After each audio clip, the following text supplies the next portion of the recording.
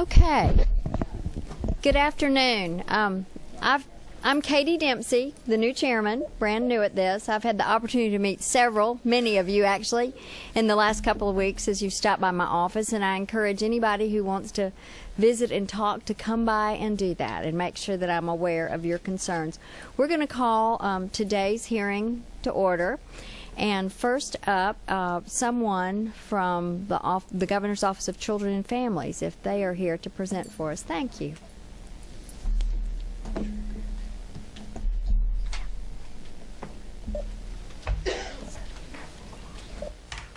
Good afternoon, Chairman and committee members. I'm Kitty Jo Ballard. I'm the Director of the Governor's Office for Children and Families. I've been there for about 5 months now. The Governor's Office for Children and Families was created in 2008 from the combination of the Children and Youth Coordinating Council and the Children's Trust Fund Commission. We're divided up into about 4 program areas, that being prevention and family support, which is focused on child abuse and neglect prevention and home visiting. Juvenile justice, where we provide funding for juvenile courts and diversion programming. Family violence, which focuses on the domestic violence shelters and sexual assault centers. And youth development, where we have programming for commercially sexually exploited children, as well as abstinence education. I've read over the governor's budget for 2012, and I'm happy to be here to present it to y'all. And I am willing to comply with all the recommended changes. Item 1 and 2 are about the state health benefit plan and telecommunication expenses. If y'all had any questions about those. What page I'm on? Oh. Page 120.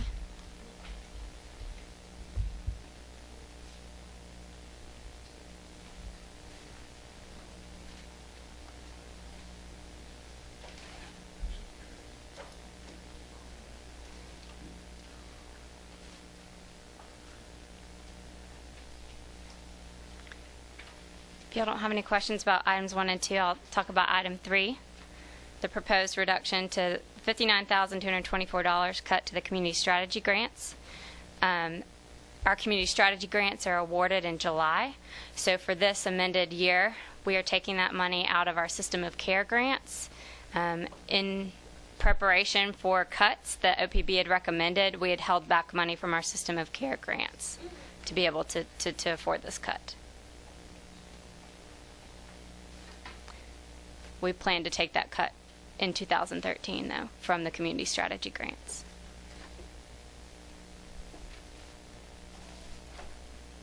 Do you have any? Are there any questions?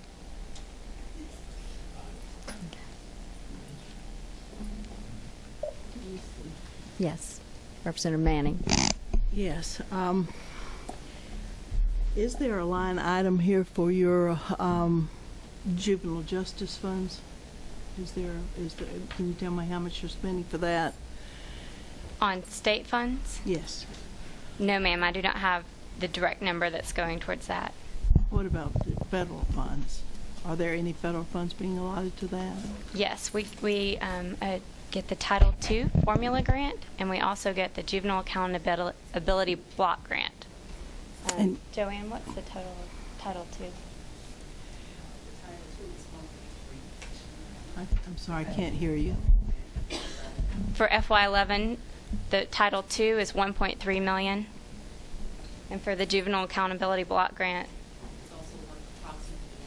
it's approximately $1.3 million. May I follow down here? Yes. So you do not know what state funds you're allocated to, for that purpose? Because I'm trying to see exactly how much state funds is being done through this office, the governor's office. The juvenile justice funds that we use state funds for is through our system of care grant system. I can get that to you tomorrow if you'd like. I would like very much. And then, if I might, just one more. Definitely. Your total appropriation is what for the Department of Children and Families under the governor's office? Our total appropriation was $1,089,999. And how many employees do you have? How many? Employees. I have 18 employees. 18 employees. And where are you located? We're located at 55 Park Place. It's down in Woodruff Park. Okay. Okay. Thank you, Madam.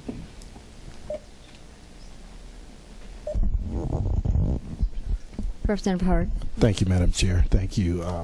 What's available currently in as far as funding? What's available to be? I guess what's in the pot, so to speak, as far as monies that are available that can be funded to different organizations currently? For Allocation for funding. For 2012? Yes.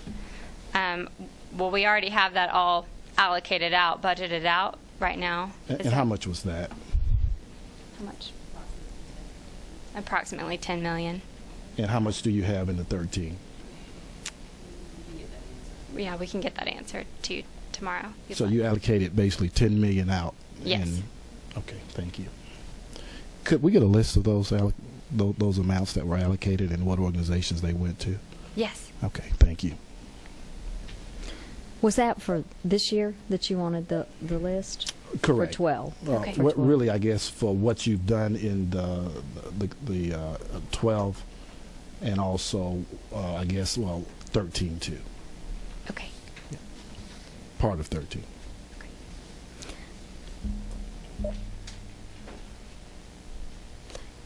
Ms. Ballard, how hard would it be just to get the list of those later this afternoon for this year, not for 13, only focusing on the current budget?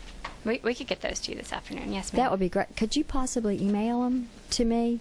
Yes. That would be great. When you know, as soon as y'all can do that, that would be great. We're, just trying to work on this as quickly as possible. So thank you. Just for clarification, you'd like a list of all of our grantees, including those who receive federal, not just state. Is that correct? Is that correct, Representative Hurd? Yes. You have that broken down between state and federal already anyway, correct? Yes. Okay, yes. Thank you. Some of our grantees receive braided funding, though. So some state and some federal. Right. But you can show the state and federal allotments, correct? Yes. Okay, thank you. That would be great. Be very helpful. Thank you so much. You're Do we have another question? Representative Oliver. I wasn't sure my light was on here. Thank you. You came in at kind of midway during an audit that was ongoing from State Office of Audits, and you're in receipt of that audit. Is that correct? Yes, ma'am. That related to some issues of blended funding and funding from last year, and you have a plan of correction of all that and working with OPB on all of those correction issues, aren't you? Yes, ma'am. And y'all are doing a good job, isn't it true, to make sure that those audit issues are addressed in a real positive way as we move forward?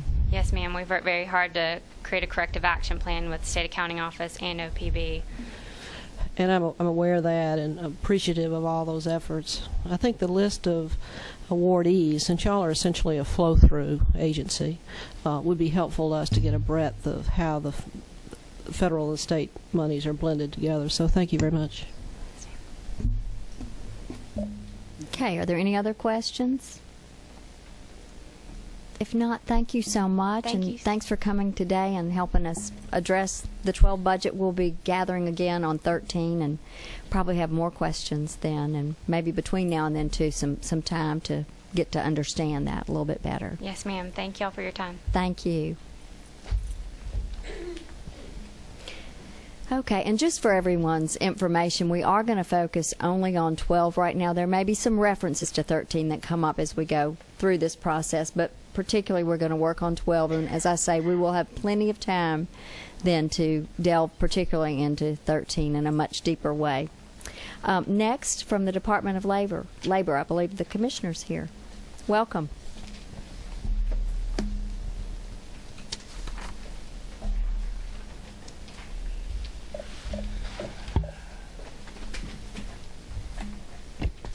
I have to tell you, it is still strange being on this side of the table. I'm used to being up there on this one. Well, good afternoon. It's always good to be back home, so to say. And thank you, Chairman Dempsey, and also congratulations. Or I don't know if I should give you congratulations or not, because I've sat in your seat. I know what it's like. Thank you. We just want to briefly go over the budget and also tell you a little bit about some of the successes we've had over the year, things that have happened in the Department of Labor. Especially, we like to hear some good news when we've had a lot of bad news over the last year. I can assure you that we do have a long list of successes, and we've got more planned in the future, because we do take a very targeted approach toward people that are unemployed, regardless of their background, regardless of whether they have a disability or their economic situation, and we try to serve all people. If you would like, as far as the budget is concerned, would you like me just to briefly make comments on the changes that you see first and then go into the commentary? Okay, well, as you see, through the, I think on your tracking sheet that would be page 56.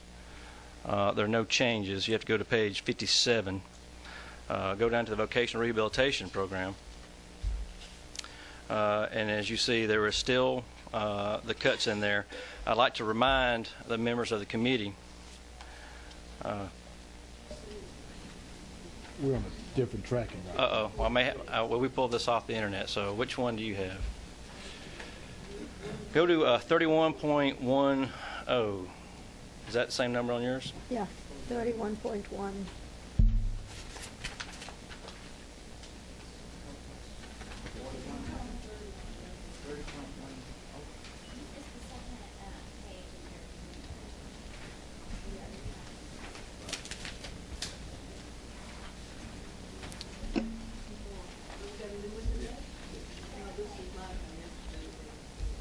We just put them together in order of presentation. It's the exact same.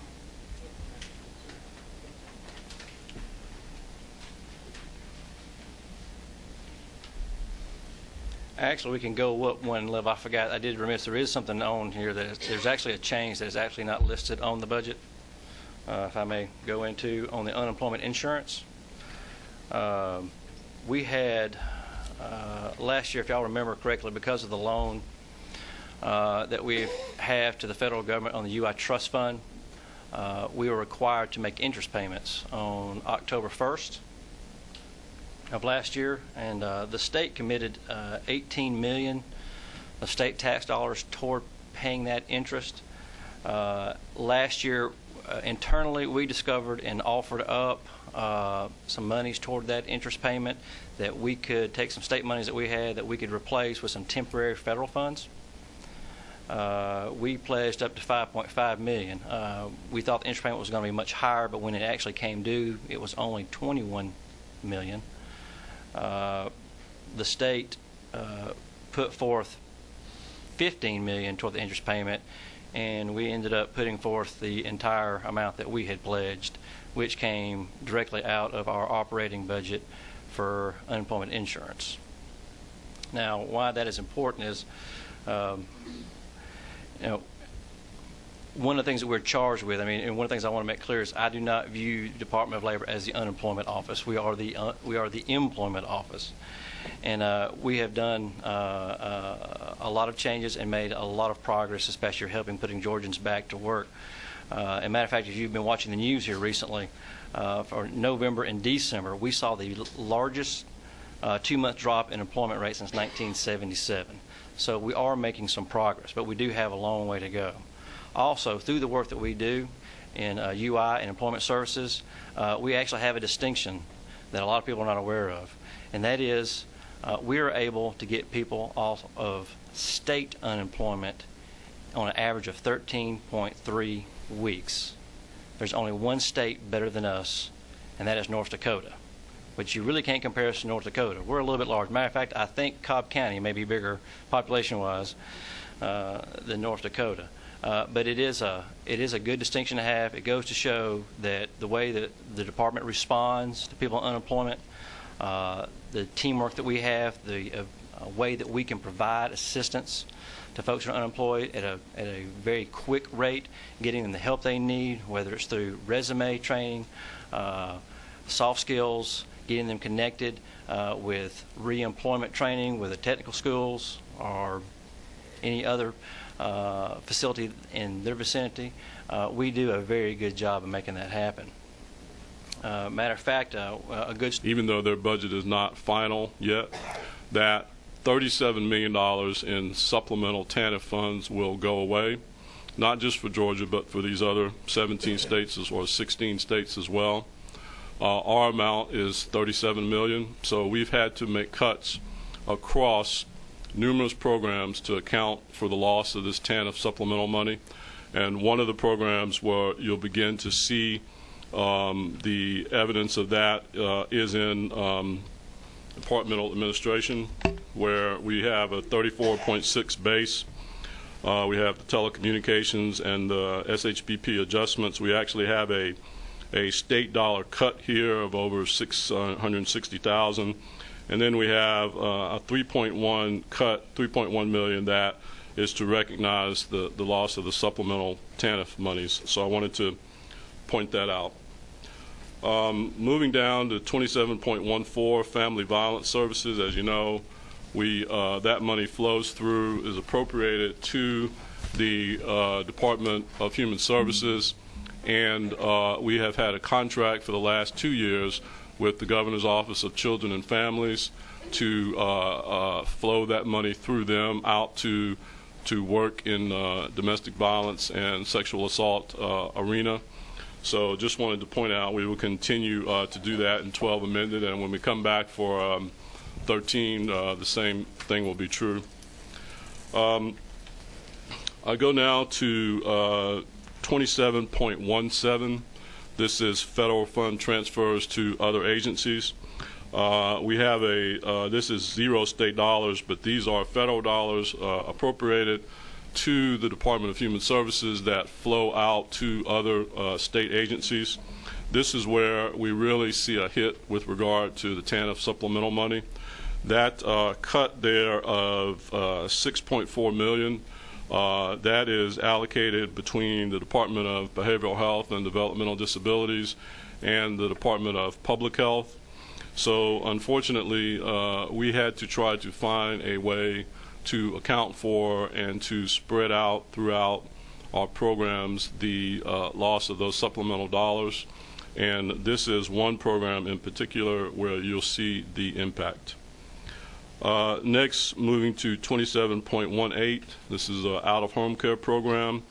We got extra appropriation of $3.8 million here to account for an increase in out-of-home care utilization for whatever reasons, and I think one of them is my focus on safety of children first, and as opposed to trying to focus only on the numbers of children in state custody, though that is an important consideration as well.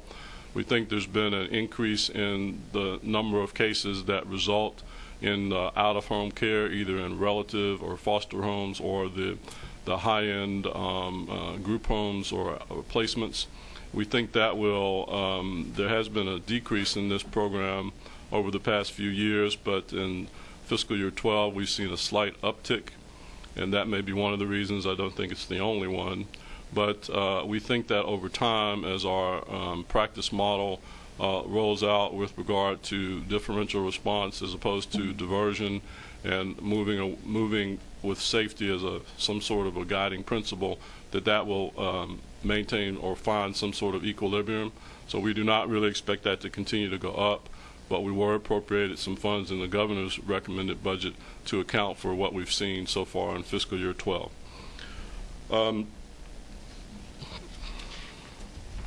I'll move over to the last page, and I'll just talk about our attached agencies, since their budget flows through us.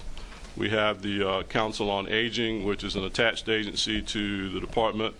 You'll see there they have a slight cut on some operating expenses and some contractual services of around almost $4,000, but they end up with a net for 12 amended of almost $198,000.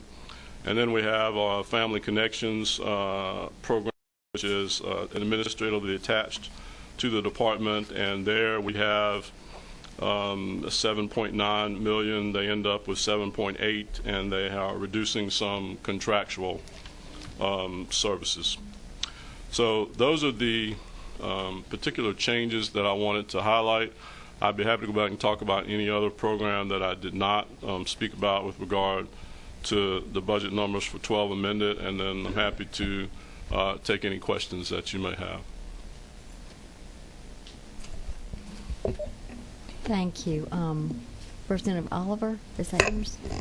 Thank you, sir. Yes, thank you. Direct your attention, please, to 27.7. Okay. Child Welfare Services, what's labeled Special Project. Yes. What is that, please, sir?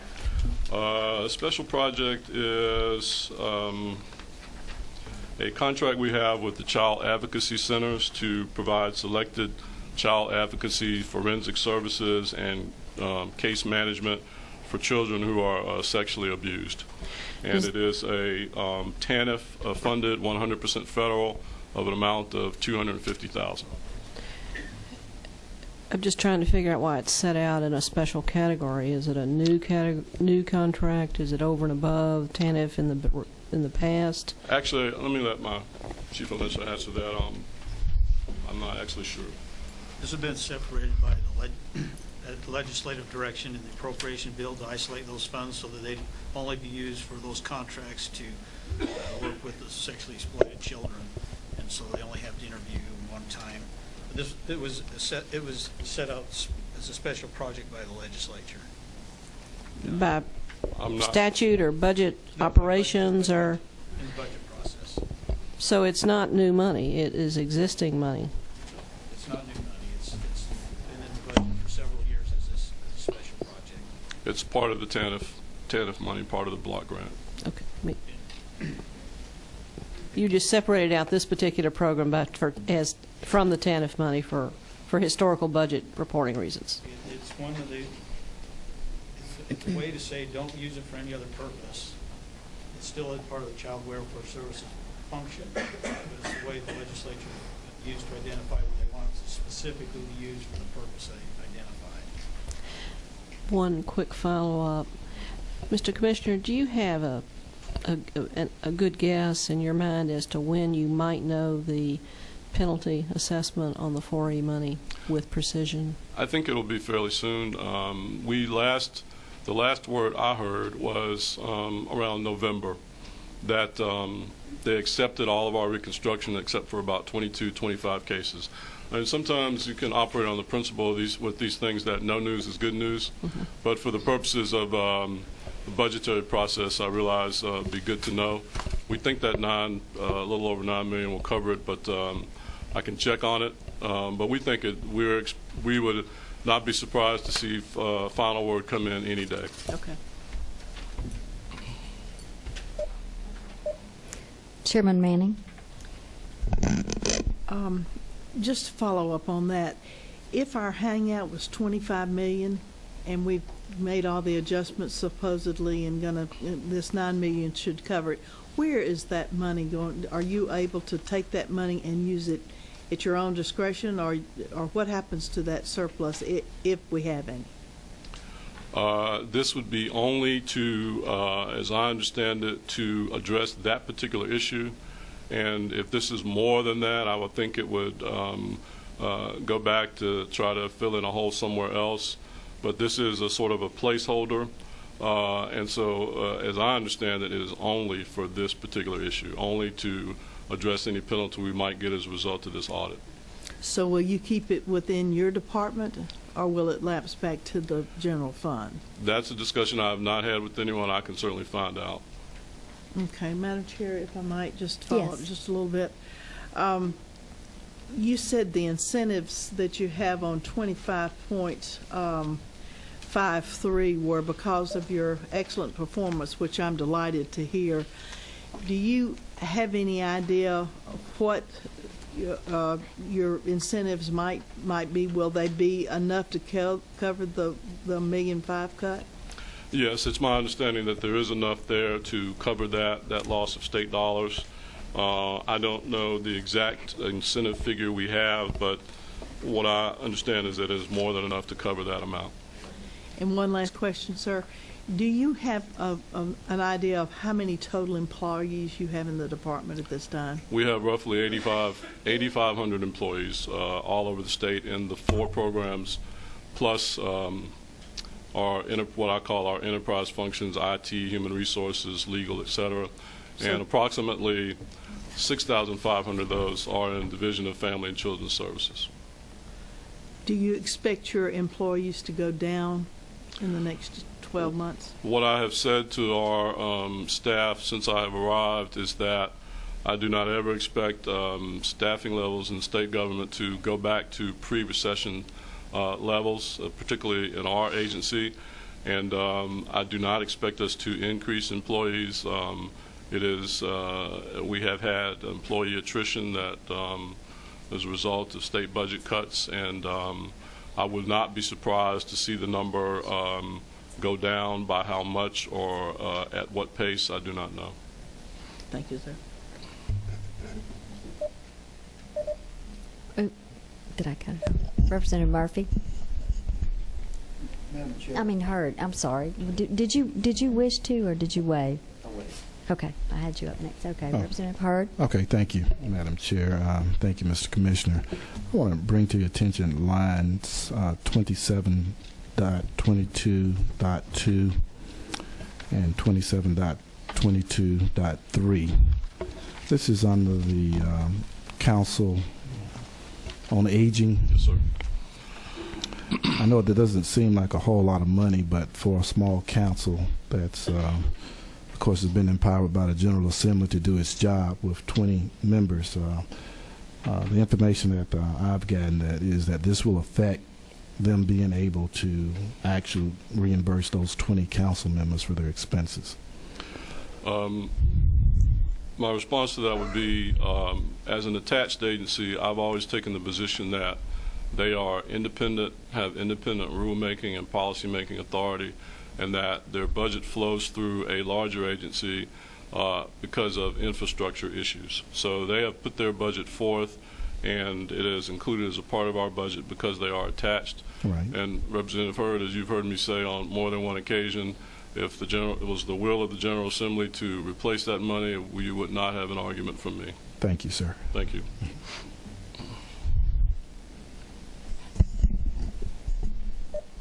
Thank you. I don't see any other questions, All right. so thank y'all for being here Thank you today. very And we'll much. look forward to talking about 13 soon. Very good. Thank you.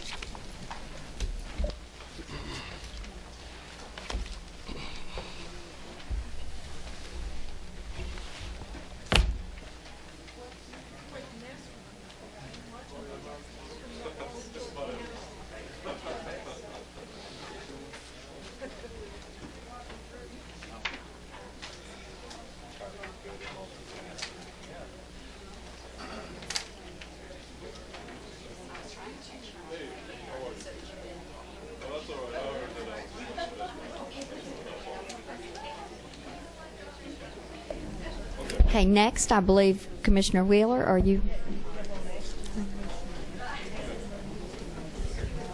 I saw that they were out of order in here, and I thought, I'm sorry.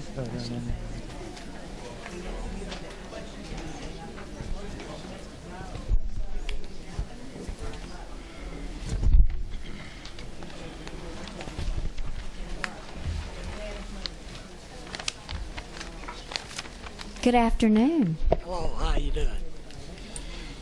We may have to pull you up just a little bit closer to that microphone so we can hear you. There we go. There we go. Can you get me now? I do. Thank you.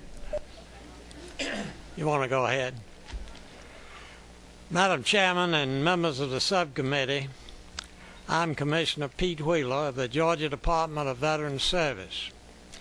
My staff and I are very pleased to be with you this afternoon to discuss the Governor's recommendations for the amended fiscal year 2012 budget for our department.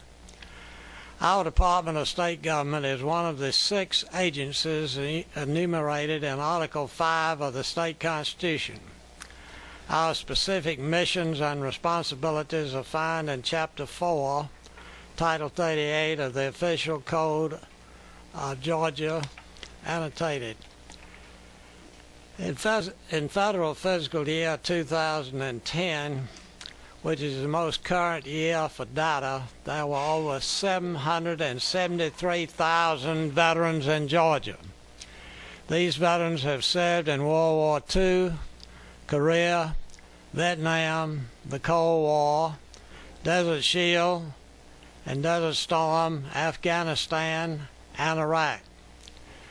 With the members of our military coming home from overseas activities, and many will be returning or settling in Georgia, the number of veterans residing in our state will be increasing in the coming months and years. Our department assists current Georgia veterans in the filing and appealing of claims with the U.S. Department of Veterans Affairs, the VA, that resulted in compensation and pensions for them amounting to, I want to make sure I'm slow when I say this because there's so much money. We brought $1.73 billion coming into our state's economy. That's a pretty good hunt. We will be doing the same thing for the returning veterans of Georgia as they come into our communities over the next several years. I want to emphasize that no veterans benefit is automatic. You must know about it and you must apply for it in order to receive it. Our 48 field service offices provide the information and assistance to our veterans to get them the VA benefits to which they are entitled. We support the governor's recommended amended budget for this fiscal year. However, there are a couple of issues that we have that we'll discuss in detail in just a moment. With me today to present our comments on the amended budget is Mr. Dan Holtz, our Assistant Commissioner for Administration, Health, and Memorial. At this time, I'll turn the presentation over to Mr. Holtz, but before I do, I say we're very happy that our department is bringing more money into Georgia from the federal government and other sources than some states that have more veterans than we do. So that indicates that our people in our 48 field offices are doing the job that they need to do. And I'm glad we have a good one in Rome. And Dan, go ahead. Can you get it all right? Thank you, Commissioner. Madam Chairman, members of the committee, it's good to be here again. Some of you we've had conversations before, and it's good to meet you and look forward to working with you in the coming days and weeks.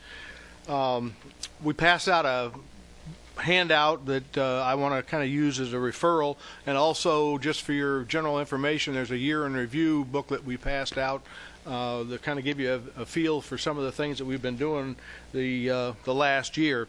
It's not our annual report, but it includes a lot of the stuff that will be going into that annual report when it comes out in April. In the handout itself, the first 4 slides basically talk about a little bit who we are, what our missions are, our vision, our values. As the Commissioner mentioned, we've got 773,000 veterans in the state that we're available to provide services to. We also have our 2 state veterans homes and our 2 state veterans cemeteries. And our focus as far as our vision is concerned is that we want to provide quality service to all of our constituencies and all of the services that we provide. And we value the veterans that Georgia has and our partnership with the VA. So that's a little bit about kind of who we are. We're organized pretty much traditionally, and there's a little organization chart there. It's a little bit different than what shows up in the 2013 budget, and I'm just so that you know that we've done a little bit of try to slim it down a little bit. And anyway, we'll move on from that. Going right on into the budget itself, we have 5 programs.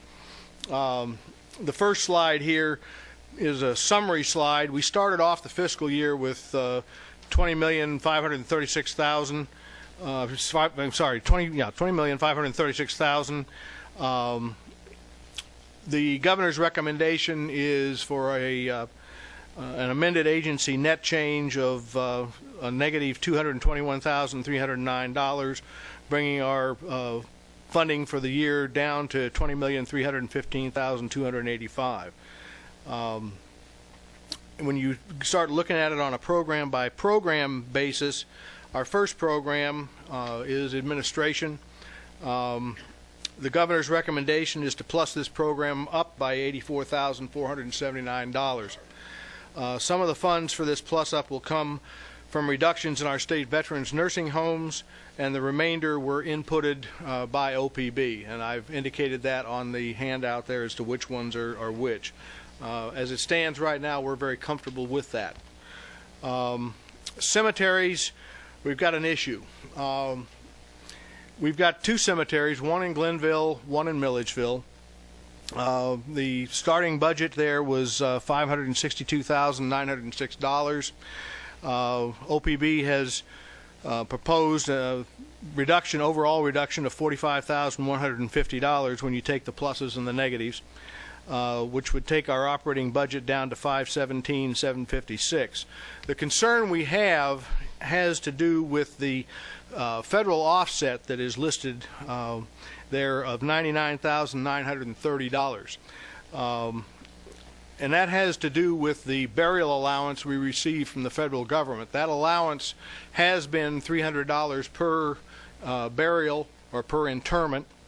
The number went up to $700 per interment effective this past October. And we claim this allowance for every veteran that is interred in our cemeteries. It's only payable for a veteran. It's not payable for a family member. The problem is a cash flow problem. The VA does not pay as orderly as we claim. And when OPB did the analysis, they made an assumption that the payments would be coming in essentially the same way in which the claims were made, but in reality that's not what has been happening. What's been happening is we'll run 3, 4, 5 months and not get any payments out of the VA, and then we'll get some, and we look at the dates on them, and it's not the dates that we would have expected to have gotten, because they're paying something subsequent to that, and eventually they get back to paying the first ones. So it's really kind of a disorderly process that we're having to deal with. As a result, our fear is that if that full $99,000 is offset, we could have some serious cash flow issues for both of the cemeteries. And what we're proposing is that that offset be reduced down to $74,900, which will give us some breathing room just in case those checks don't come in the way they should. And hopefully that should get us through the year. The next one is 49.3, which is the Augusta Nursing Home. Both of our nursing homes have proposed reductions, 157 for Augusta, and it's basically due to the fact that our census at both homes has not been as high as we had projected that census to be. What's happened is we're seeing the same thing in Milledgeville and in Augusta, that our attrition rate, basically we've got as many people who are passing away as we are admitting new people. And consequently, the census, which was low when we started readmitting back in January of 2011, we've not been able to grow it like we thought we could. And mainly because the deaths have been higher than what we had anticipated that they would be. And like I say, we're seeing this trend at both homes. We are hoping that down the road that trend will change and the attrition rate will go down, and we'll be able to grow the population, the census at both of the homes. So the same thing is happening at Milledgeville as is happening at Augusta. The only difference is the reduction there we're projecting at $258,115. So the money that's being reduced, part of that is going to go away, and part of it is being redirected into the administration program and into the Veterans Benefits Program, which is our last program that's listed in the briefing slide. It's actually our #1 priority because that's who we are primarily here to serve, is those veterans who are out there in the state who are applying for and wanting to get VA benefits and state benefits. We've seeing a plus up there of $155,055. Some of that's OPB directed, and some of it is coming from the two nursing homes. and we're comfortable with that amount of money in that particular program. If you have any questions, I'd be happy to take them. Thank you.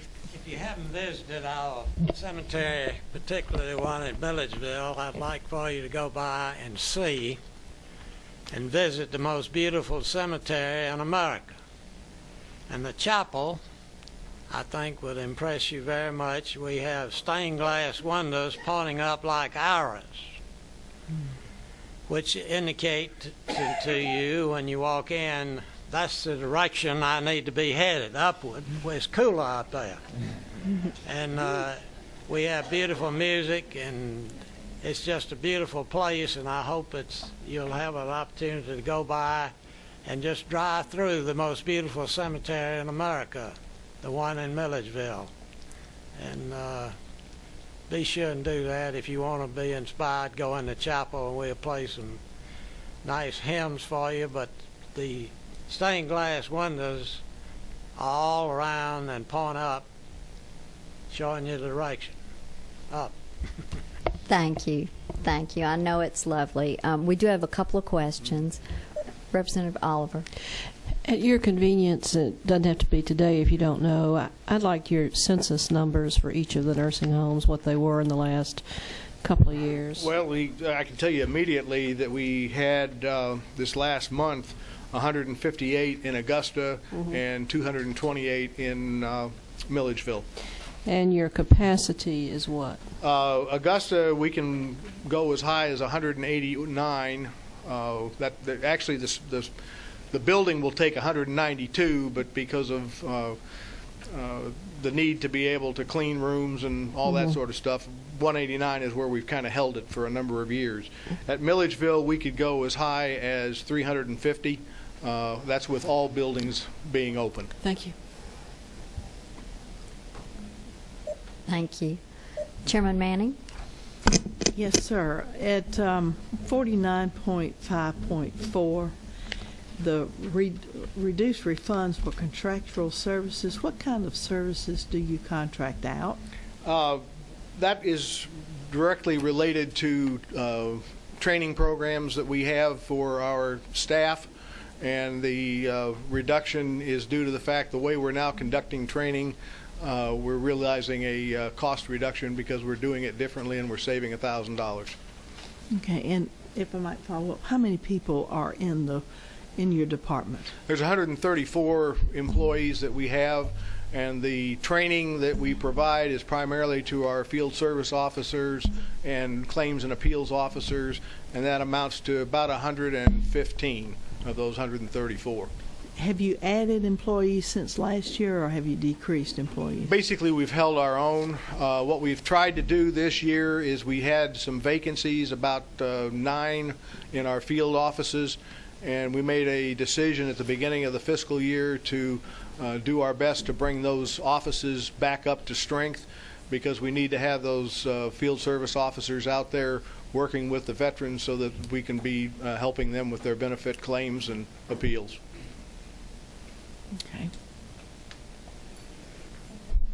The Medical College of Georgia operates our home in Augusta. And you see more doctors there than you see in any hospital, even though it's a nursing home. It's also trained doctors and nurses for the state. I know that's a good relationship to have. Very good. Yes. Well, thank y'all. We don't have any other questions, but we'll look forward to talking about 13 Well, we appreciate soon. everything all of you do to assist our veterans in Georgia. We appreciate it. And we appreciate you, too. Thank you. Good to be with you.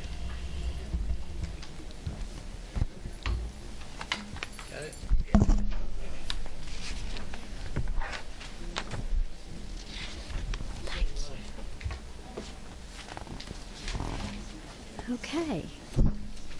And our final presentation today is from the Department of Behavioral Health and Developmental Disabilities.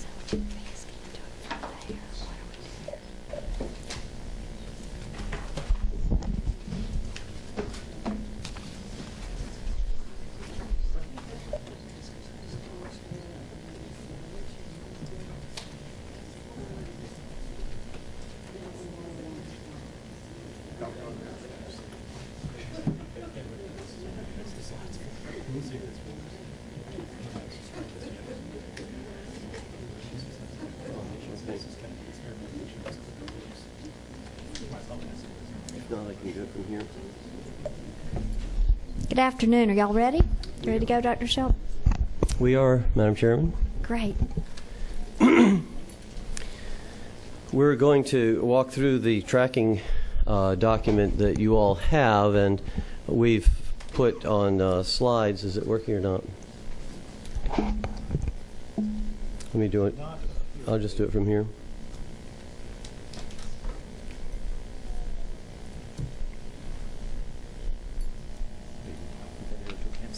This one will advance it. Okay.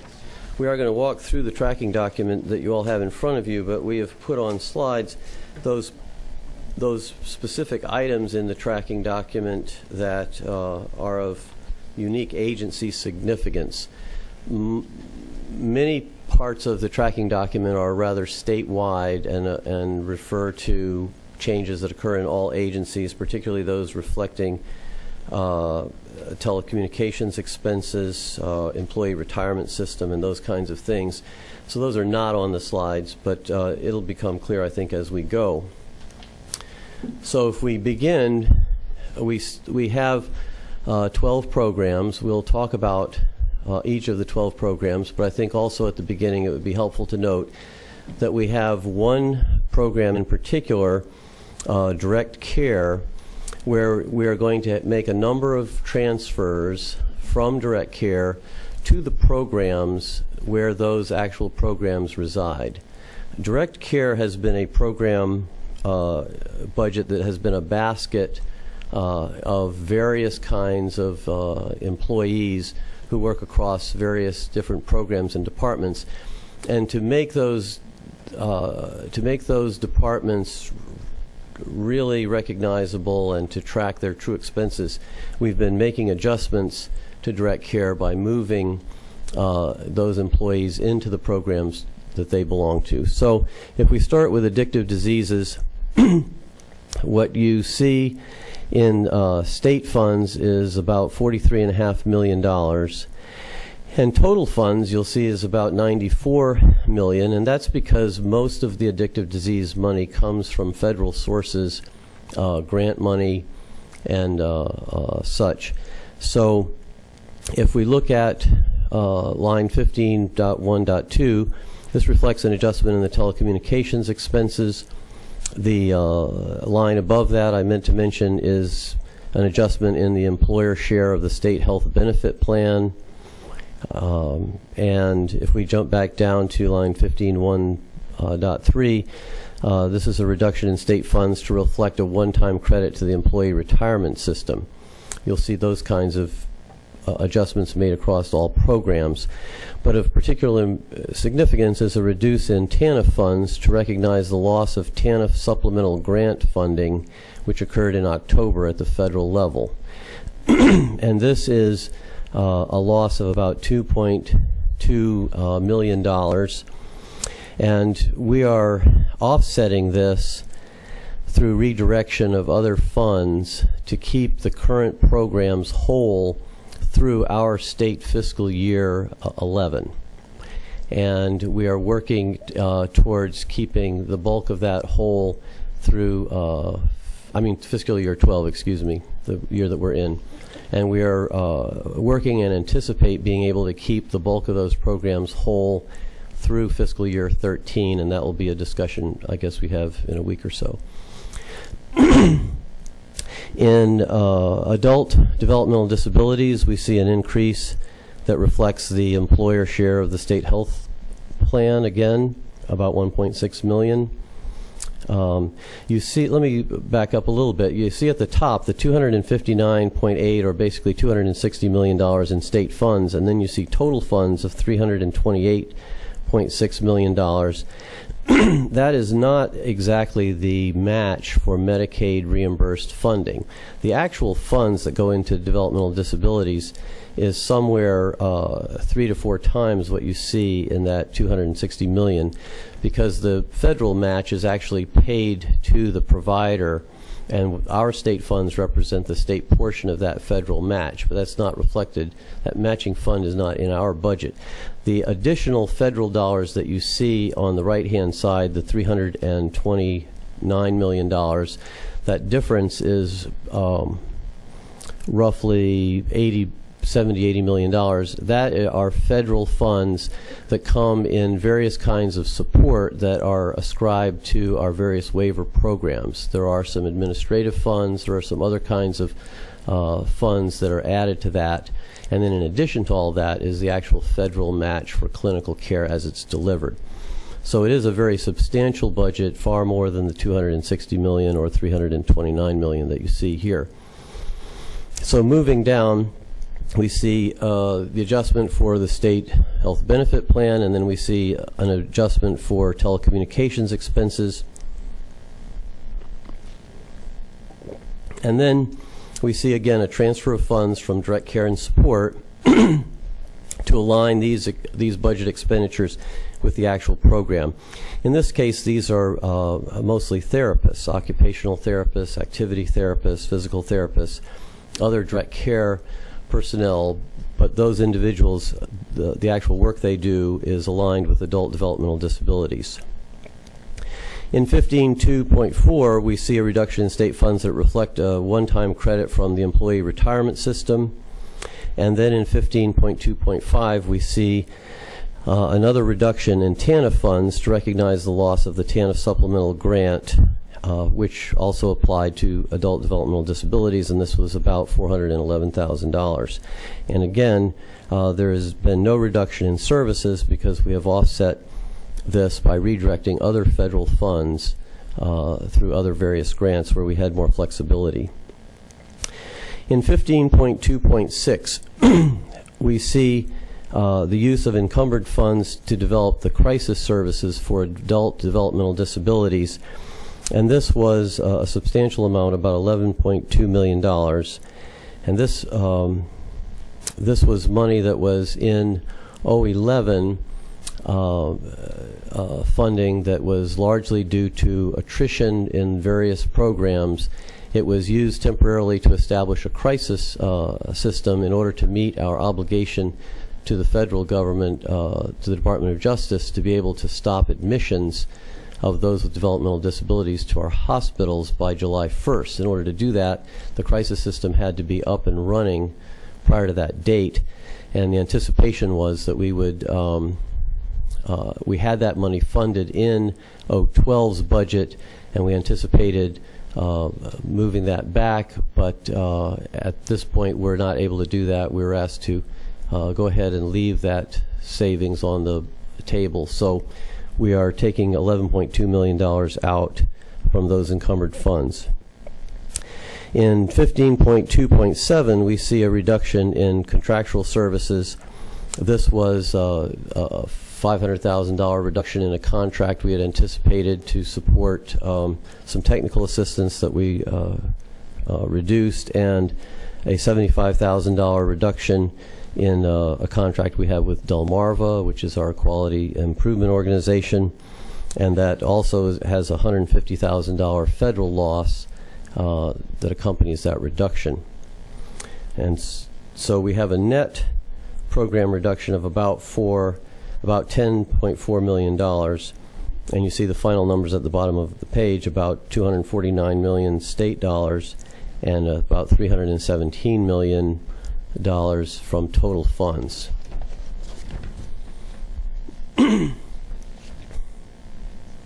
If we go into our next program is Adult Forensic Services, and again we see an increase in funds to reflect an adjustment in the employer share of the state benefit plan. Below that we see an adjustment for telecommunications. And then again in 15.3.3 we see a transfer of funds from direct care and support, again mostly therapies, occupational activity, physical therapy, to adult forensic services where those actual services are delivered. And so net at the bottom of the page we have a $60.5 million state funded appropriation to adult forensic services, and a slightly higher $60.6 million total because there's very little federal matching dollars in forensic services. In our next program budget, Adult Mental Health, Our first line again reflects an adjustment for employer share of state health benefits plan. There is also an adjustment in telecommunications expenses. And then again in 15.3.3 we have a transfer of funds from direct care and support services, again the same kinds of therapists, being moved from direct care and support to adult mental health where those actual positions serve. And that represents about a $1.8 million redirect.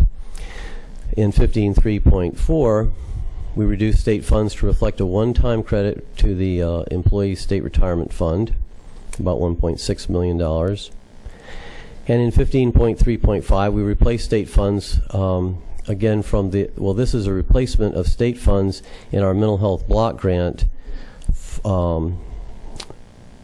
for funds from contractual services. This is about $2 million. This is part of the 2% reduction that we were asked to make for our amended budget. The impact is, as you see, about $2 million. In 15.3.6, we replaced state funds with Medicaid administrative funds for some contractual services. We're moving some of our flexible federal dollars to cover some of our contributions on the state-funded side in order to maintain services, and this was part of our 2% reduction. In 15.3.7, we reflect a one-time savings in personal services and system development expenses. This represents some of our ADA settlement work in unfilled positions that we simply have not been able to recruit, and so we're making that adjustment. In 15.3.8, we're reducing some contractual services again as part of the 2% reduction. About 38 providers were affected, and that their reductions ranged from as little as $1,000 to as much as $200,000 per provider. Some of these providers are very large, community service boards, others are smaller, but that was part of the 2% request. In the next program budget, we have adult nursing home services, 15.5. Again, we see the standard adjustment for the employer share of the state health benefit plan, followed by a similar adjustment in telecommunications expenses. And then again, we have a direct care and support transfer. Again, the same kinds of therapy services moving from direct care and support to the adult nursing home. In the next program, child and adolescent addictive disease services, we only have the standard adjustments to the state health benefit plan and to telecommunications expenses. We have no real amended changes. That is similar for the next program, which is child and adolescent developmental disability services. Again, simply adjustments for state health benefit plan and for telecommunications, but no 12 amended changes in our budget. And similarly for child and adolescent forensic services. The next program is child and adolescent mental health services. Here we also see the reflected adjustments for the state health benefit plan as well as telecommunications, and we have a transfer of mental health block grant funds to the mental health services program for contractual services of about $2 million. This reflects our 2% reduction and an effort to preserve services by drawing on the mental health block grant fund. In the next departmental administration, we have no changes other than the adjustments for the state health benefit plan and for telecommunications expenses. In the next program, direct care and support, here's where you will see all those funds taken that were reallocated to the programs where those services are actually delivered. Of course, there is the state health benefit plan adjustment and the telecommunications, but in 15.11.3 we have an adjustment for unemployment insurance expenses, and in 15.11.4 we have the transfer of adult disabilities services of about $2.2 million, adult forensic services of about $4 million, adult mental health about $1.8, and the adult nursing home of about $900,000, moving from direct care and support to those other programs that we spoke of earlier. The next program is behavioral health and developmental disabilities. Well, we see first at the top we have our benefit plan and telecommunications expenses from that previous program, direct care and support. And then we have the Georgia Council on Developmental Disabilities. This is an attached agency. The bulk of their funding is federal, with a very small amount of state dollars, $45,000. The bulk of their budget, $2.7 million, is federal. And so we see their 2% reduction, which is not quite even $1,000. And then 15.41 is another attached agency, the Sexual Offender Review Board, and they have no real changes except the reflection of the state health benefit plan. Their budget is the same in our amended. And so our final total 012 amended budget is, as you see it at the bottom, $880 million in state funds for a total of about $1.1 billion in total funds. And you see the state general funds versus the tobacco settlement funds, listed below that. And that is the tracking sheet from the 012 amended budget, and hopefully our slides helped highlight the most meaningful parts of those changes.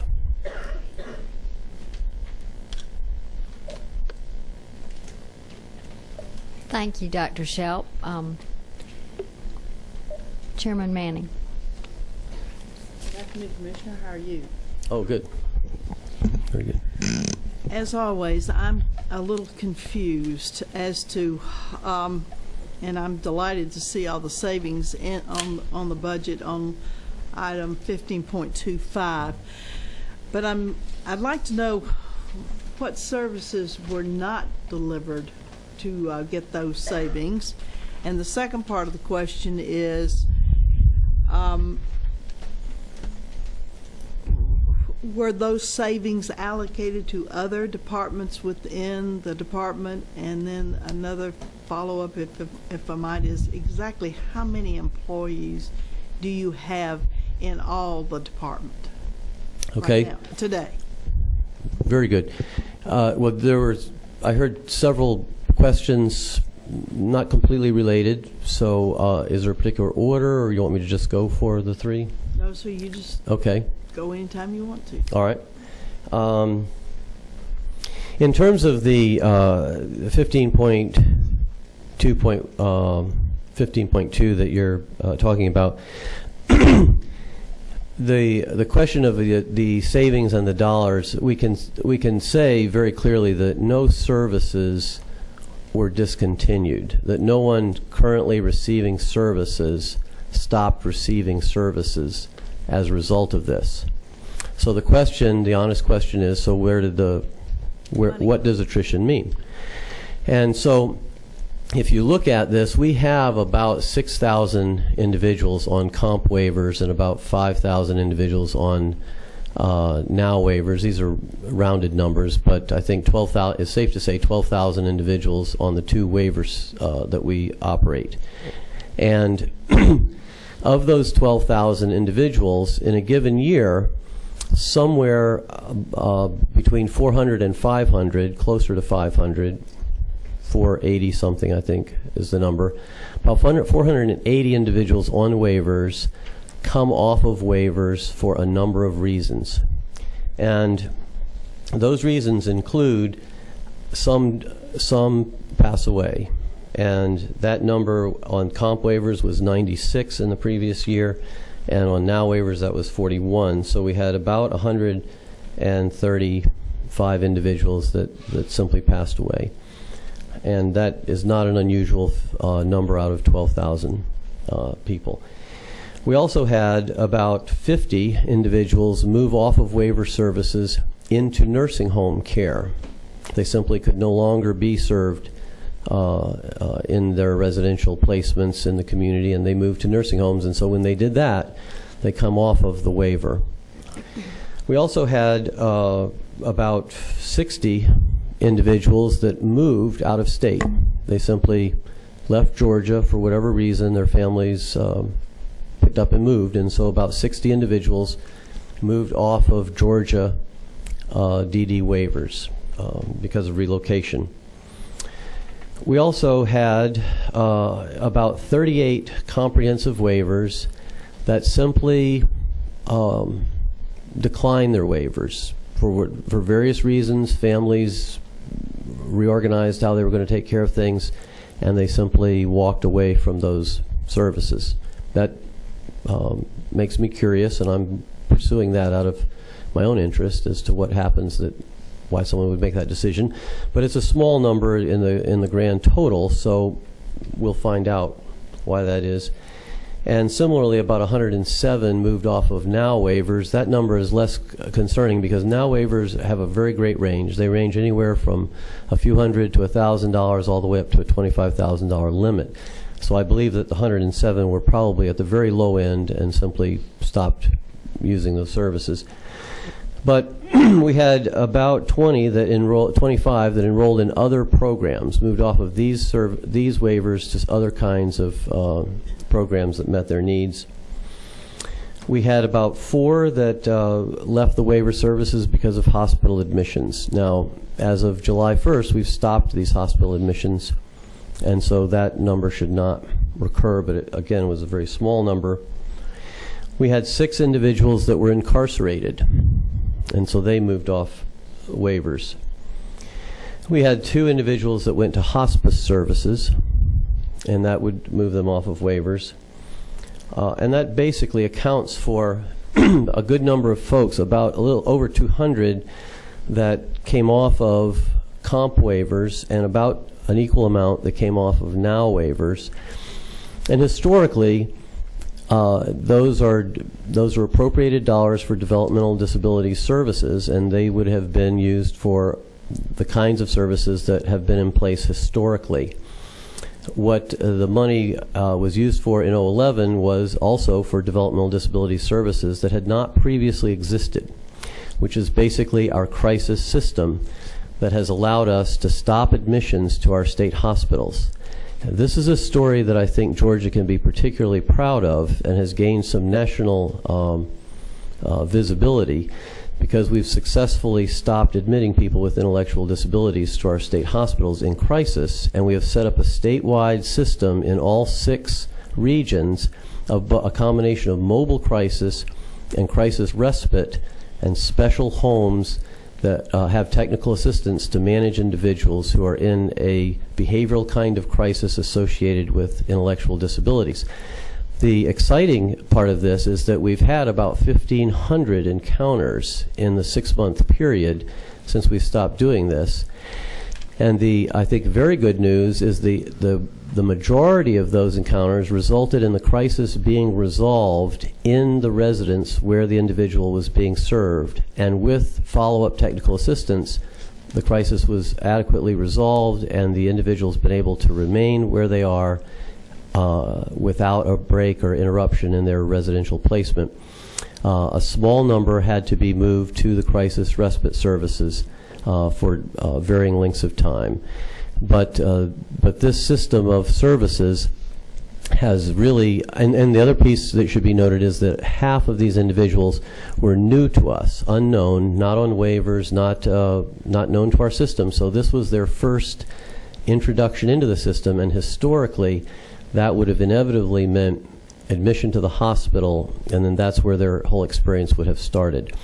So we've been able to circumvent that entire process and serve people much more effectively, close to home, in their homes, and I think really impact both our need for facility care, but fundamentally simply take care of individuals better closer to home. Now, that was your one question. Well, I tell you what, you're a miracle worker. You saved $11.2 million doing all that, and half of them were new. That's amazing. Well, it was because we had that money was appropriated for 12. We took the money and we needed to have the services up and running before July 1. Otherwise, we could not have met our obligation to stop those admissions. Those crisis homes had to be up and certified and operational. The mobile crisis units had to be up and operational. Everything had to be ready to go in order to stop those admissions on July 1.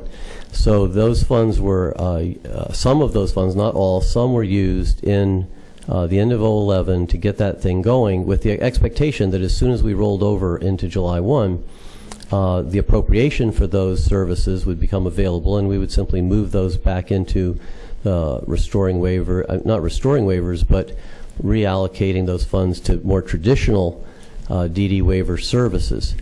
But we were asked that to not do that and simply leave that on the table, and that's what we're doing. Well, So we appreciate that very much. We really appreciate that, because there are a lot of places we can use that money. And that brings me to my next question, which Madam Chair, may I? Yes. it was a question about headcount, I think. Oh, yes. Mm-hmm. Oh, I got one more after that. Okay. Well, I realize that there has been circulated some information that is, I just have to say, is erroneous. I think I know how it comes to be, but the actual facts are we started this department on July 1st of 2009 with about 8,700 employees, about 8,700 and a few odd. As of today, we are just a little over 7,300. And so our actual head count has dropped by about 1,400. Now, I believe that people have seen in other sources numbers that are in the 10,000 range and whatnot. In trying to understand where these numbers are coming from, because they're far from the reality, my best guess, this is just a guess, is that I know on the state's website it can be misleading, and you can look at positions and see numbers that are much, much larger. But positions are not the same as an employee in the position. It's just a job that's out there but is vacant. And is it vacant, or are they cross-matched? No. Well, I mean, the services that might be done by that job may be being done by the melding together of other jobs. But in all organizations, you always have more positions than you have employees. You can never have more employees than you have positions. That's not possible. But you will always have more positions. Now, in private sector, those positions, if they're not filled within a period of time, they're usually taken off the books. But I understand across most agencies that positions are left hanging but may be unfilled. But I believe that that's the source of confusion around these numbers. But I can assure you that our actual head count on July 1st, 2.5 years ago, 2009, was less than 9,000, and it was around 8,700. And today it's around 7,300, and we've had a net-to-net change of about 1,400. Madam Chair, I hate to hog it, but may I go with one more? Sure. The Delmarva Delmarva. contract. Can you explain to me a little bit more about that recertification, or what exactly they do? Because I believe he appeared to the committee the last time we met. Let me see it first. Is that right? You to the committee what now? I believe there was a gentleman that appeared before the committee last time talking about his role in compliance requirements. Okay. Last time, a guy out of California, maybe? Right. No, he's from Arizona. That's understandably Arizona. that's understandably confusing as well, because those are really two different things. Delmarva is a quality improvement organization that is a contracted vendor here that does quality monitoring, and I'd be glad to talk about that. The individual that I think you're speaking of is from a company called Burns and Associates, and what he was presenting was the rate study for the rates of developmental disabilities waiver services. We were asked both by the Department of Justice, and we had been being asked by providers and others for a long time to do a rate study because one had not been done in a good many years. And so Burns and Associates is the preeminent company that does those kinds of analyses, and he was here this summer during the special session for reapportionment, I think, and we had a hearing. Representative Houston had a hearing where he presented the methodology behind the study that came up with rate recommendations. So those are two different things, Delmarva and the rate study, and I'd be glad to talk about either or both of those. Delmarva, I think, is the one that I was really concerned about here. Okay. Do you want to hit Delmarva?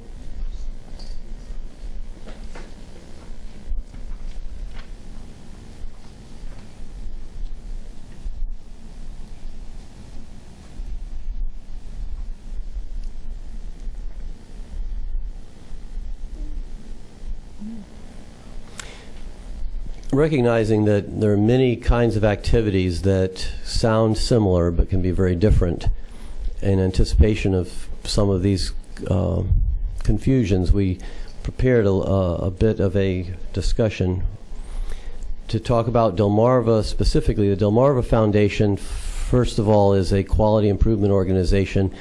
In times past, these were called PROs, or peer review organizations. That's a certification or designation that is given by the Centers for Medicaid and Medicare Services in Washington.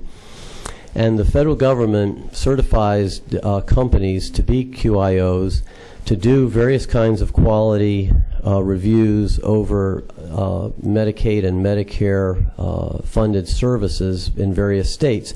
And these primarily focus on safety and health, the quality of services, achieving the goals of the individuals being served, and ensuring that they have a sense of choice in their life. The reason why, I mean, the federal government, CMS, encourages states to use QIOs. You could certainly do these services yourself, but the federal government encourages the use of QIOs by matching the state dollars that we spend on their costs with a 75% federal match. So for every dollar that we spend, the federal government matches with $3, or 75% of Delmarva's costs. So if we do it ourselves, we're free to do that, but we will be looking at that kind of disadvantage financially. So it behooves most states to try to use QIOs and really to try to use them to do as many services in this area as possible. But to talk specifically about Delmarva,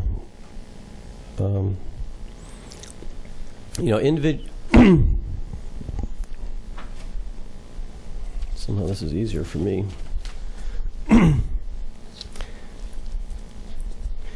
Delmarva has focused on those four areas that I spoke about.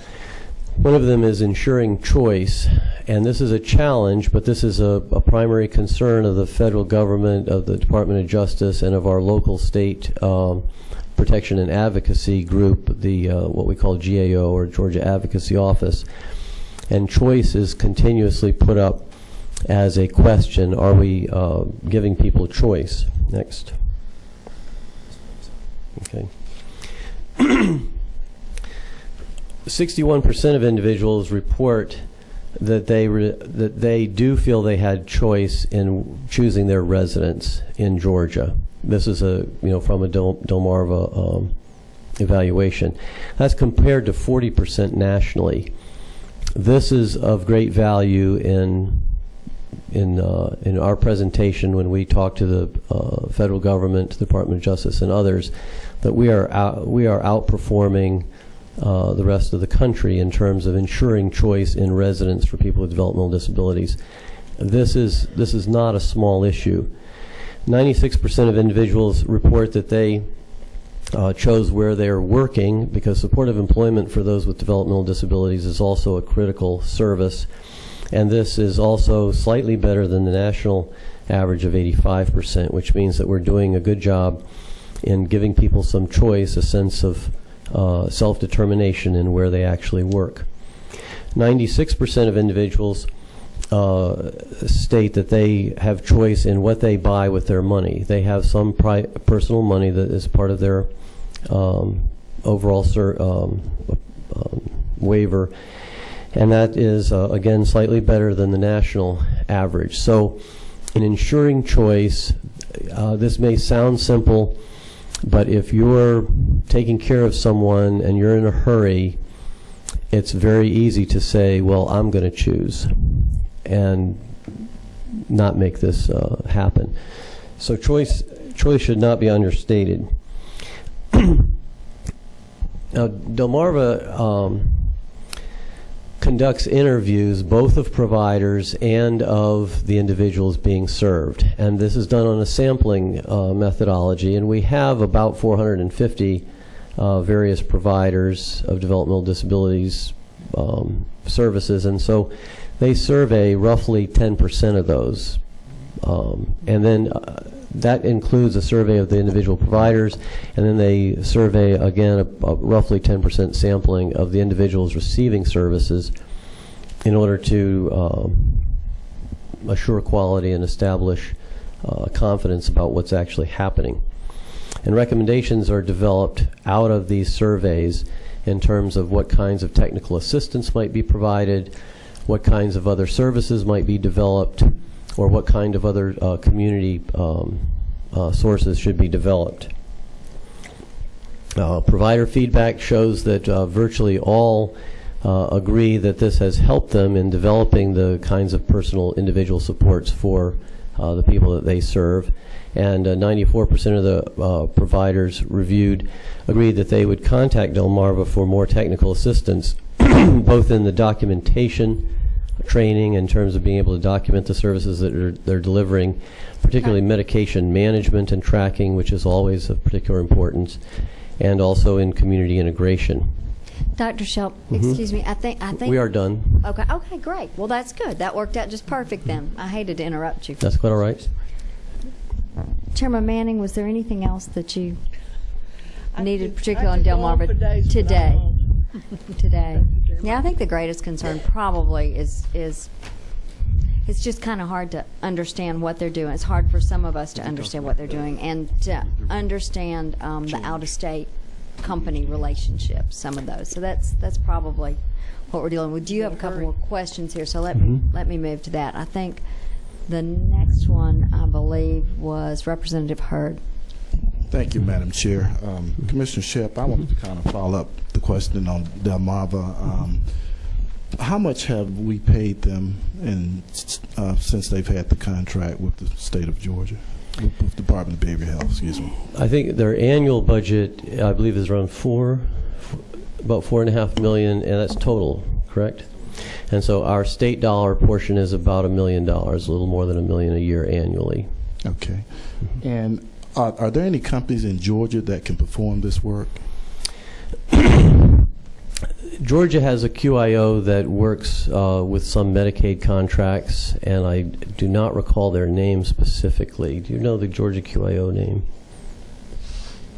Well, the short answer is that there is one company that would have been open to compete for this. There are about 5 or 6 companies that work in this area nationally.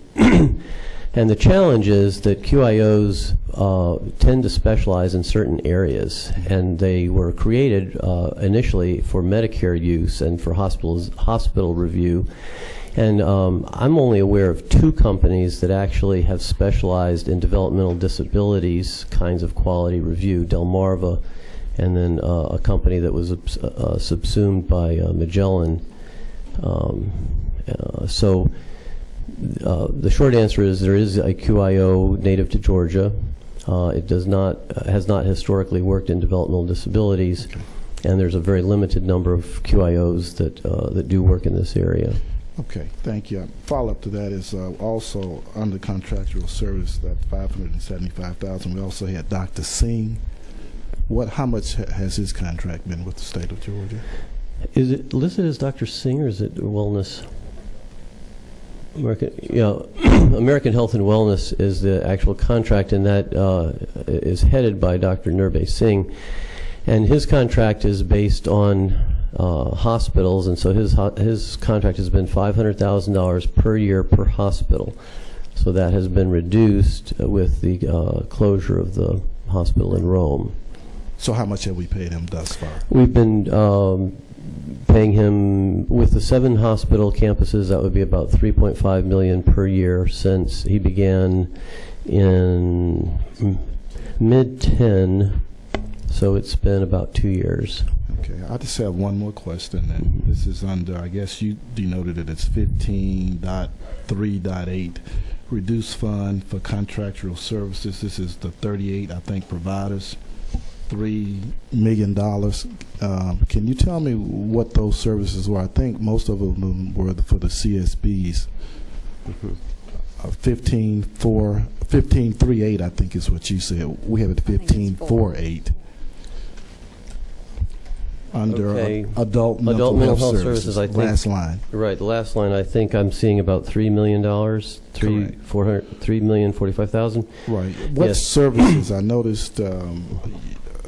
What happened? Were those? It looks like it was spread over. Was it only the 30 CSBs, or were there additional cuts in other providers? It was largely. It was all providers, but the largest, certainly our largest community providers are the CSBs. And we did work with them to minimize the impact on actual direct care services, encouraging them to consolidate positions, become more efficient in various ways.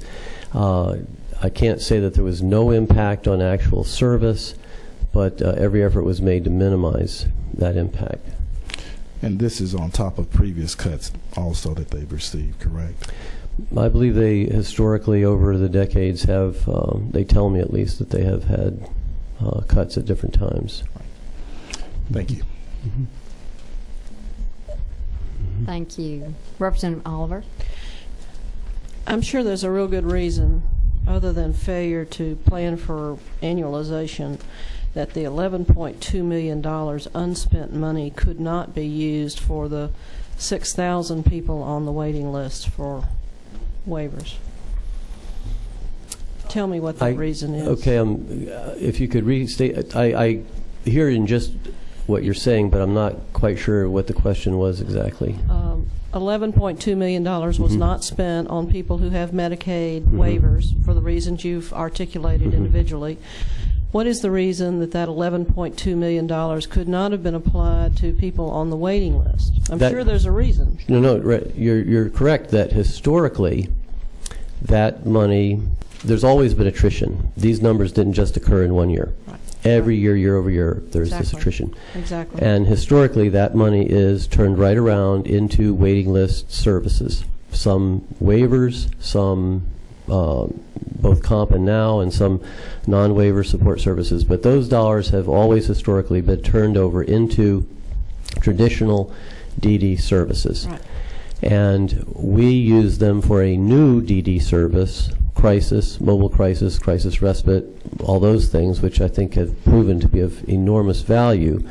And our anticipation was that because those services were budgeted for 12 but needed to be up and running prior to that, that as soon as the calendar year, as soon as the fiscal year turned in July, that appropriation would then be redirected into those kinds of services that you're talking about. How I understood that was, you were focused on the money you had to get the crisis units up, and therefore you were going to gamble or wait to fill the waiver slots until the next fiscal year when you thought your money would carry over. Is that inaccurate?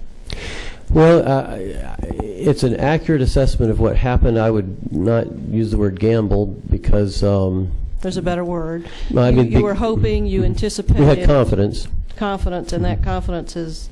The confidence was based in clearly the crisis services were a priority budgeted. They're listed in the DOJ settlement. They were going to happen. The funding, they had to happen, period. In your crisis, you've been successful at that. We've been to your successful. Credit, to your credit. But I'm trying to figure out what I say to the, what is it, 7,000 people today on the waiting list, that the department during this period of time when they had $11 million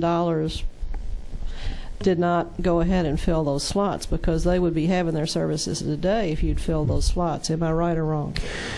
Well, it would have been annualized. We would be now putting up the crisis services. We would not have served the 1,500 in crisis. We would have had. No, the crisis is a different lump of money.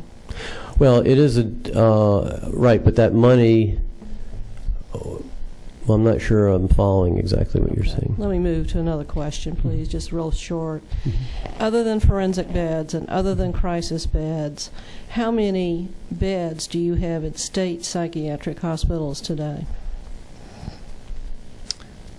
Other than forensics.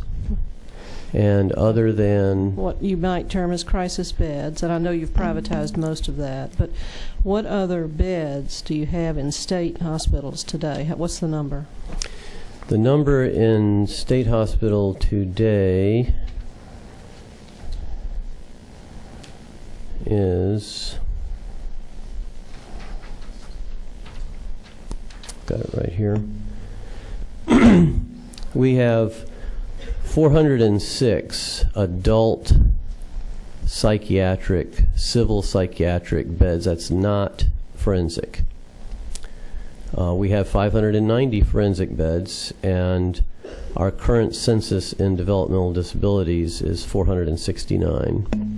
That's our total situation as it is today.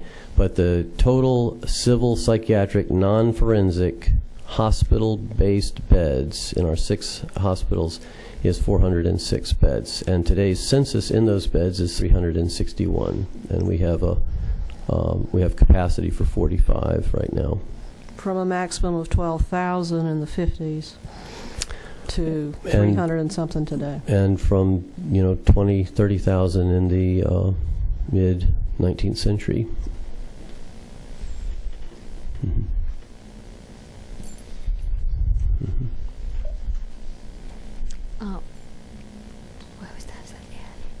Representative Sedson. 26. Thank you, Madam Chair. Dr. Shelp, apologize for coming a little late. We have committees meetings, stepping on other committee meetings, so I came here as quickly as I could. I also thank you for the time you've spent throughout the last several months talking about some of these issues, in meetings that folks in your department have made themselves available, you personally as well. But I did want to ask a couple questions about the adult DD side. Madam Chair, would that be appropriate to talk about at this point? Particularly, we've spent some time talking, and I wanted to have this conversation for purposes of other members of the committee about the rate study that affects the per day allocations for different adult DD patients. Whether they're living in a community setting that requires more support and oversight, and those that are in a less rigorous environment.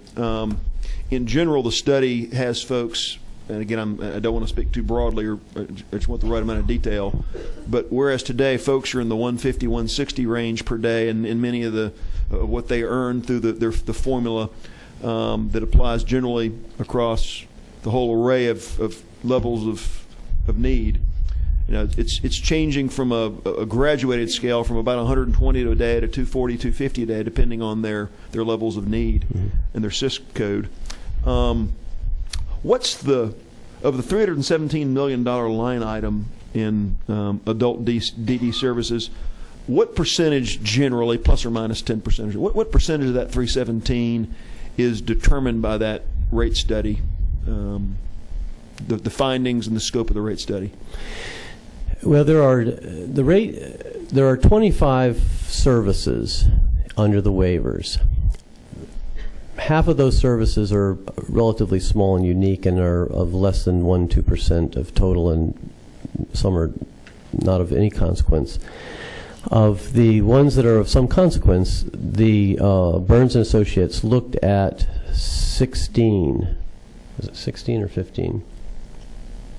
I believe 16 services. Of those, about 4 services really constitute the bulk. And a community residential alternative is about 45% of that total spend. And adult community alternative means alternative to institutional care in an ICFMR. So it means either a host home or a group home. Now there's also a subset that is a kind of residential support that is in the individual's own home or their family's home, and that's slightly different. So we have 4 rates that support residential, but the residential component is about 45% of the total, that big piece, so it is substantial. I had a page with those percentages. Do you have that?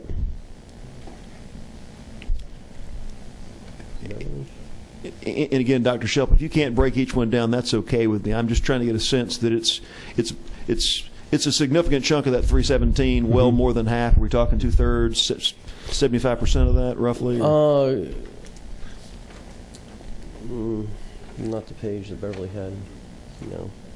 It is substantial. The residential adult alternative owned group home, host home is 45%. I know that. Okay. And then there's maybe 20% goes to the other. So it's somewhere shy of 2/3. But in the 60 to 70% range, somewhere comfortably. Okay. So we're talking, a good chunk here. It's between $200-300 million, or between $200 and $250 million that's in scope. And I asked the question because I'm concerned, based on studying this a little more, in the timeline that we're moving on.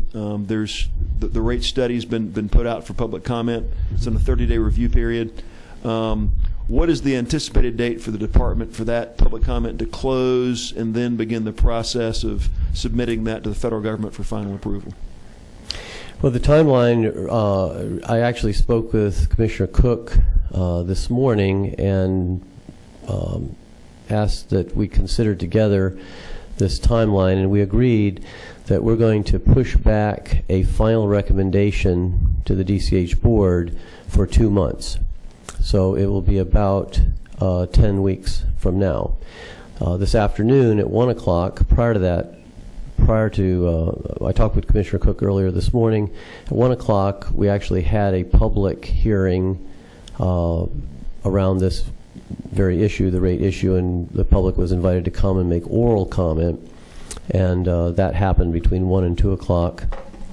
And so we will digest that new public comment as well as all the public comment that has come before, and we will push back any final recommendation for at least about 10 weeks. And we won't go through this whole thing, but I just wanted to point out that this rate study really began in August of 2010. So it has been going for about 18 months, about 1.5 years. And I could walk through all the various opportunities that people have had to comment. And the only point I would be making in this is that we have made every effort, and Burns & Associates has made every effort to solicit information from the public at every step of the way. Now, we understand that that's still not easy to do, and people may not understand exactly what they're being asked. And so we opened the door for a second round of this, and we've had the Burns Associates people engaged in some of these activities. But nonetheless, we're committed to doing this properly. We're not under any urgency to do anything onerous to anyone. This is a rate study that was requested both by the state of Georgia, by providers themselves, by the Department of Justice. We were deliberate in finding the very best company to do this kind of analysis, At the same time, there are unique challenges in Georgia, both within the provider community to understanding what it is they're being asked. We've learned a great deal. I've personally learned a great deal about the business practices or lack of practice amongst various levels of providers. And so I want to emphasize that we're not under any obligation to actually change anything. What we were under obligation to do was to study the rates.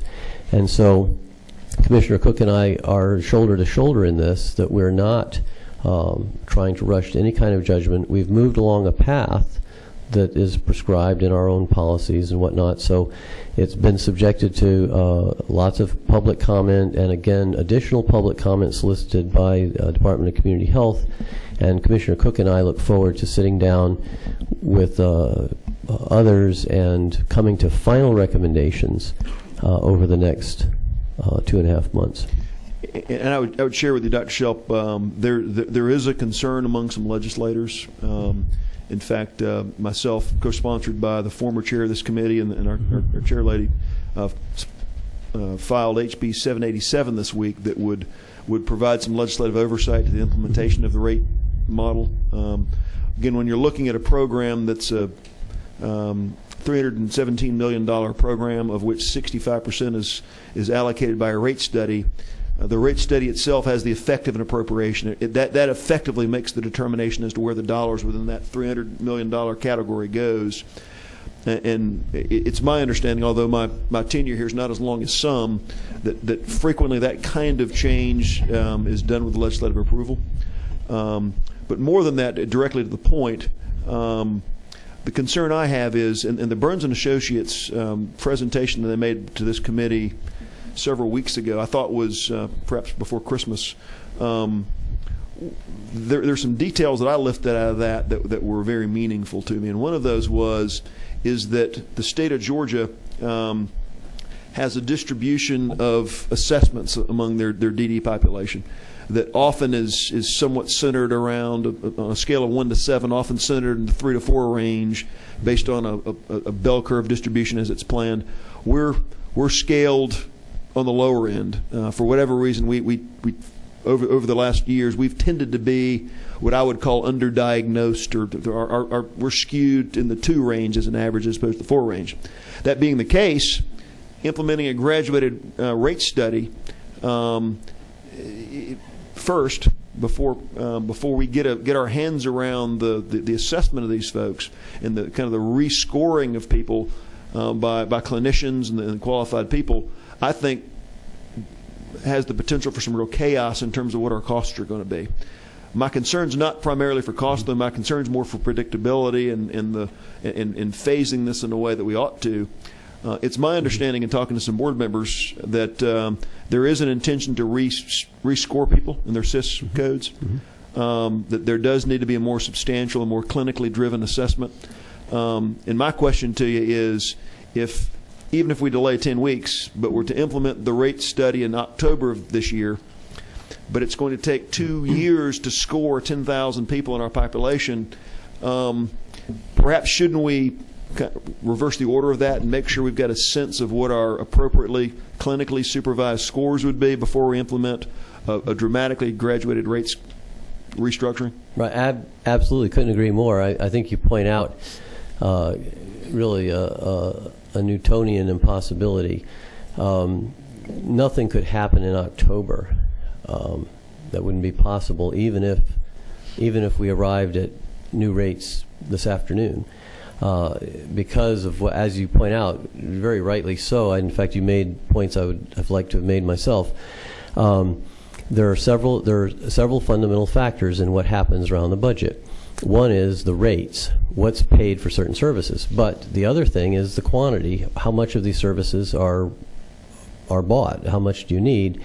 And that is dependent upon the needs of the individuals, and that's assessed through various measures and metrics, the SIS being perhaps the most sophisticated.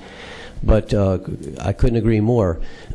Before we can do anything with rates, for budgetary reasons, to be able to make an accurate projection, we must have confidence in the what is the state of the individuals that we are seeking to serve? How much do they need? How severe is their need?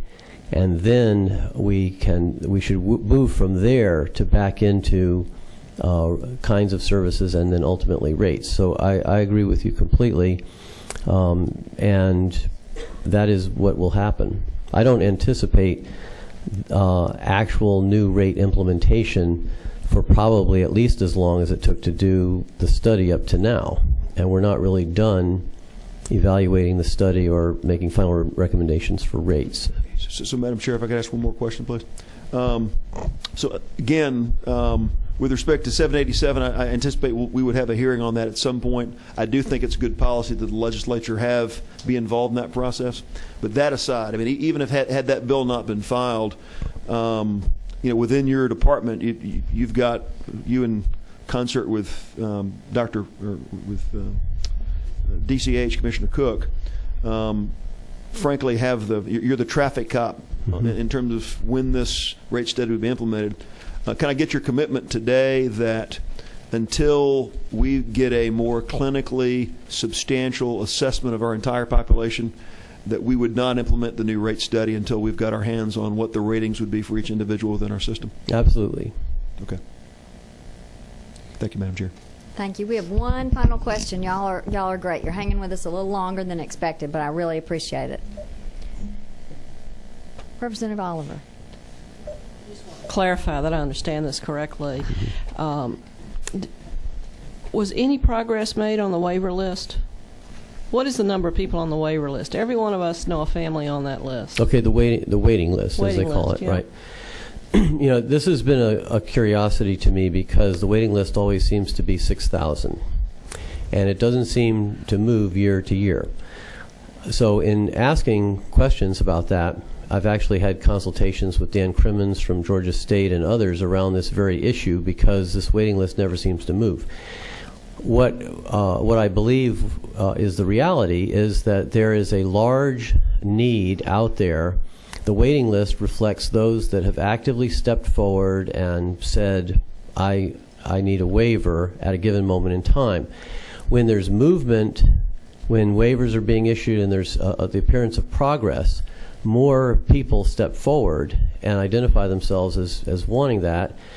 And so that number stays relatively constant. So my question was, what then is the real need in Georgia?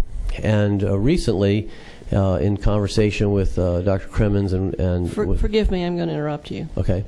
How many people came off the waiting list? 489, you said. How many people came off their waiver for 2012, and how many people came off the waiver list in 2012? Okay, well, about 220. Because that relates to my $11.2 million. Right. The about 220 some came off of both the comp, and then about 220 came off the now waivers. Okay. And from the waiting list, how many were reduced in 12? Okay. From the waiting list in 12, we moved 150 out of facilities, which I don't believe fairly is part of the waiting list. No. And you can get back to us on that, but I would expect to understand for myself, because families do ask me this. I'd like to know how many you believe are on the waiting list based on you controlling the applications. And I'm saying you control it, but right. There might be. And secondly, how many come on the waiting list every year, and how many go off the waiting list every year? And you might not have that number now, but that's important information to me as we move forward. Certainly. And we actually now have one more question. Representative Hurd. Thank you, Madam Chair. I wanted to kind of follow up with something very similar to Representative Oliver's question. How many providers do we have that are waiting to be certified? How many providers are waiting to get certification and approval from your office? In developmental disabilities? Yes. And how long does it take to get these providers approved, accredited, I guess is what we're saying, credentialed? It takes about 6 months for them to go through the training and the enrollment process to come into services. But Megan, if you can tell us how many just came through, I think it was 10 that applied to come through, and so they're waiting So you're saying, am I here at 6 months? It takes approximately 6 months to go through the enrollment process to become an approved provider. Okay, could I get a list of those approved and those denied?